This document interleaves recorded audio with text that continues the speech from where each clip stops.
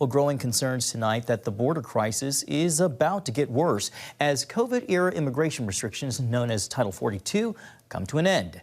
CBN's Brody joins us now. Brody, I understand you spoke with a policy expert who had a grim description of what's happening down there in the southern border.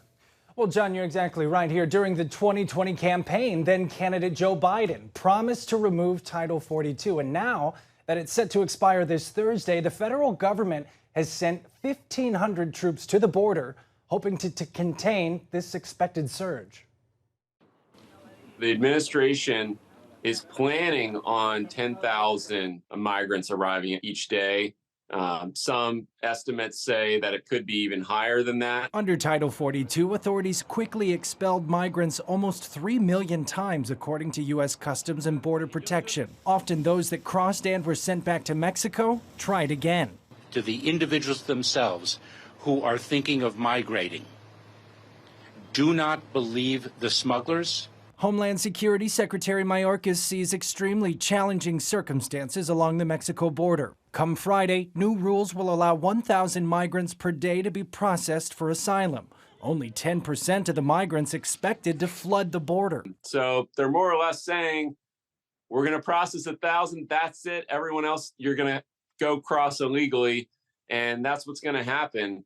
And it's going to be a chaotic couple of weeks. David Bier with the Cato Institute predicts a bit of sleight of hand to ease the chaos. The goal of the administration's policies is to replicate Title 42 under our immigration laws. So I don't think we're going to see much of a difference from after Title 42 versus before Title 42 in terms of policy. Large groups of migrants are already staged in Mexico, ready to cross with nothing except the clothes on their backs. As pressure mounts along the border, some fear of violence against migrants. Officers found multiple casualties and several injured.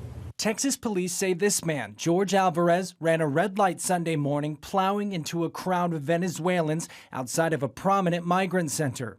He's charged with 8 counts of manslaughter and 10 counts of aggravated assault with a deadly weapon. It's inevitable as long as people continue to describe them as invaders rather than as people who are seeking safety and opportunity in our country. Meanwhile, the White House is pointing fingers at Republicans for a system that's been broken for decades. But Congress refuses to act. Instead, many Republican officials want to make a political case out of this. They're not looking to meet us at the table to actually deal with this issue. They want to turn this into a political stunt.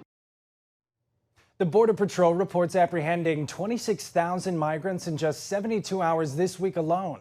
In addition to sending troops, the White House will expand holding facilities and add immigration officers to help process asylum seekers.